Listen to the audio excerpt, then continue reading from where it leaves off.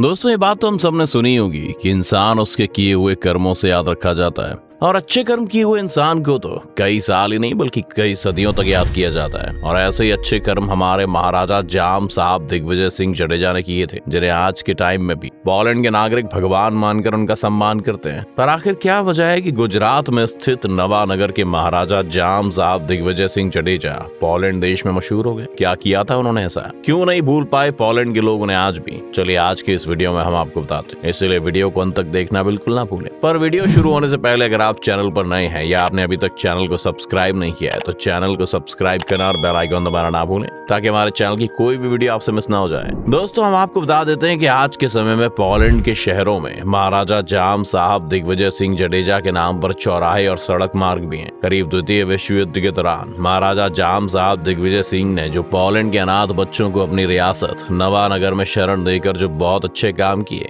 उनका फल आज भारत देश को यूक्रेन और रूस के बीच चल रहे युद्ध में फंसे भारतीय नागरिकों को मिल रहा है। इस युद्ध में फंसे हुए भारतीय नागरिकों की पोलैंड के नागरिक मदद कर रहे हैं। आइए अब इस कहानी की शुरुआत करते हैं। दोस्तों, ये कहानी शुरू होती है 23 अगस्त 1939 से। दोस्तों, इस दिन सोवियत संघ और जर्मनी के बीच एक संधि पर हस्ताक्षर हुए थे और दोस्तों इस संधि का नाम था मोलोटोव रिबेनट्रॉप संधि या फिर हिटलर स्टालिन संधि। और इस संधि में दोनों ही देशों ने यह पैक्ट बनाया है कि एक दूसरे पर हमला नहीं करेंगे। पर दोस्तों, इस संधि का ऐसा काला सच भी है जिसके बारे में दुनिया नहीं जानती। दरअसल इस संधि के दूसरे पैक्ट में यह था कि दोनों ही देश यानी कि सोवियत संघ और जर्मनी पोलैंड को आधा आधा बांटने के लिए तैयार हो गए। और दोस्तों होना क्या था, 1 सितंबर को हिटलर ने पोलैंड के पश्चिमी हिस्से पर हमला किया। वहीं इसके 16 दिन बाद सोवियत संघ ने भी पोलैंड पर हमला कर दिया। तो दोस्तों बात है द्वितीय विश्व युद्ध के दौरान जर्मनी के तानाशाह शासक हिटलर की, जब उसने पोलैंड पर हमला कर दिया। साल 1939 में हिटलर ने अपनी तानाशाही की सारी हदें पार करते हुए पोलैंड पर आक्रमण कर दिया।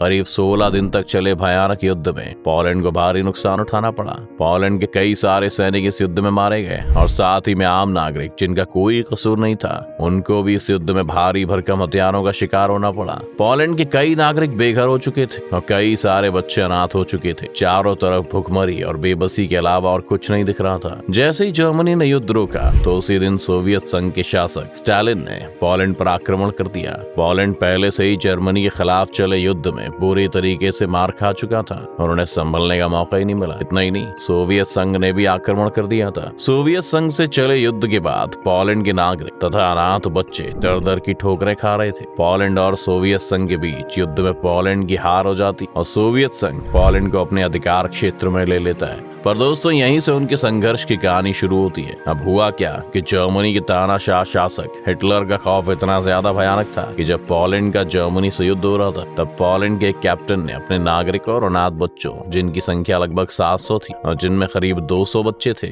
उन्होंने उनको एक बड़े जहाज के अंदर बैठाकर कैप्टन से ये कह दिया कि इनको ऐसी जगह लेकर चले जाओ जहाँ पर इनकी जान बच सके। और फिर यहाँ से उन्हें पूरी दुनिया की सच्चाई पता लगी। कैप्टन इन लोगों को लेकर दुनिया के अलग अलग देशों में गया था। वहाँ की सरकारों ने हिटलर के खौफ से उनको शरण देने से मना कर दिया। अलग अलग देशों का सफर तय करते हुए जहाज का कैप्टन जहाज को लेकर मुंबई पहुंचा, लेकिन वहां पर भी ब्रिटिश सेना द्वारा उन्हें मना कर दिया गया। और फिर कैप्टन जहाज को लेकर अरब सागर में उत्तर की तरफ आगे बढ़ता है। फिर उसको एक जगह पर ले जाता है और वहां पर कैप्टन शरण की मांग करता है। तब नवानगर के महाराजा जाम सिंह दिग्विजय सिंह जडेजा को ऐसी खबर मिलती है। तब वे खुद उन सभी बच्चों और नागरिकों को लेने आते हैं और उनको शरण प्रदान करते हैं। ये सभी बहुत ही खुश हो जाते हैं और महाराजा को धन्यवाद करते हैं। इसके बाद वही कैप्टन वापस पोलैंड से दूसरे शरणार्थियों को भी लेकर नवानगर पहुंचता है और इन सभी शरणार्थियों के लिए नवानगर के महाराजा जाम साहब दिग्विजय सिंह जडेजा ने रहने की अरेंजमेंट नवानगर से 25 किलोमीटर दूर बालाचंडी शहर में की थी। अब दोस्तों पोलैंड और सोवियत संघ के बीच चले युद्ध के बाद नवानगर के महाराजा जाम साहब दिग्विजय सिंह जडेजा ने नवानगर में रह रहे यहूदी शरणार्थी की सुरक्षा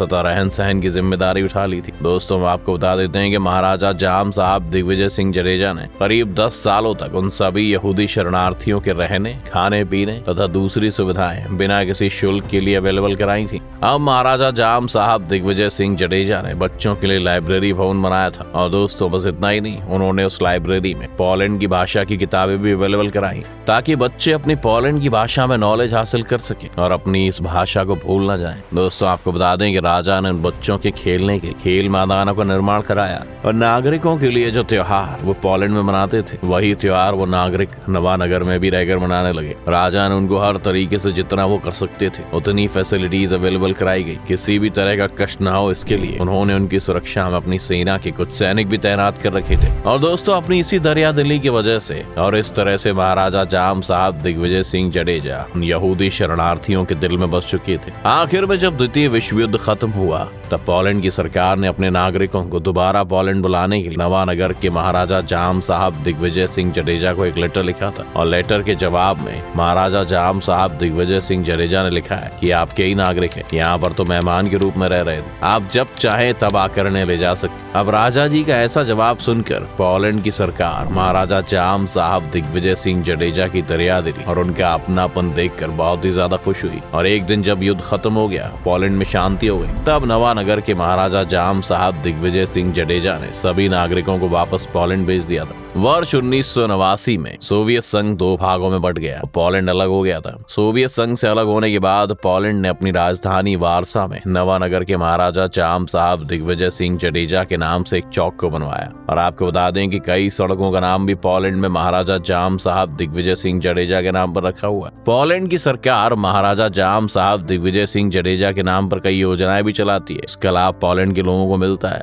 2012 में पोलैंड सरकार ने अपनी राजधानी वारसा में एक पार्क भी बनवाया था। और आपको बता दें कि उस पार्क का नाम महाराजा जाम साहब दिग्विजय सिंह जडेजा के नाम पर रखा गया। इतना ही नहीं, पोलैंड सरकार ने उनको अपने सर्वोच्च नागरिक सम्मान से सम्मानित किया था। पोलैंड सरकार के मंत्री और विधायक उन्हीं के नाम की शपथ लेते और कोई भी नए काम की शुरुआत महाराजा जाम साहब दिग्विजय सिंह जडेजा के नाम को लेकर होती है। पोलैंड के वे नागरिक जो द्वितीय विश्व युद्ध के दौरान बालाचंडी में शरणार्थी बनकर रह रहे थे, 2018 में एक बार फिर उनका जत्था बालाचंडी में अपने बचपन के दिनों को याद करने के लिए आया था और वे उस स्थान को देखकर भावुक भी हो गए थे। पोलैंड के नागरिक घूमने के लिए हर साल यहाँ आते रहते। बालाचंडी में जो लाइब्रेरी का निर्माण महाराजा जाम साहब दिग्विजय सिंह जडेजा ने करवाया था, अब उसको एक सैनिक स्कूल में बदल दिया गया है। तो दोस्तों ये थी महाराजा जाम साहब दिग्विजय सिंह जडेजा की कहानी, जिन्होंने उस वक्त इन लोगों की मदद की जब अमेरिका जैसे बड़े देश हिटलर से डर कर अपने बिल में जाकर छिप गए थे। इसीलिए हमने सबसे पहले कहा था कि इंसान अपने नाम से नहीं बल्कि काम से जाना जाता। तो दोस्तों आज की वीडियो में बस इतना ही। उम्मीद है आपको आज की इस वीडियो से काफी कुछ सीखने को मिला होगा।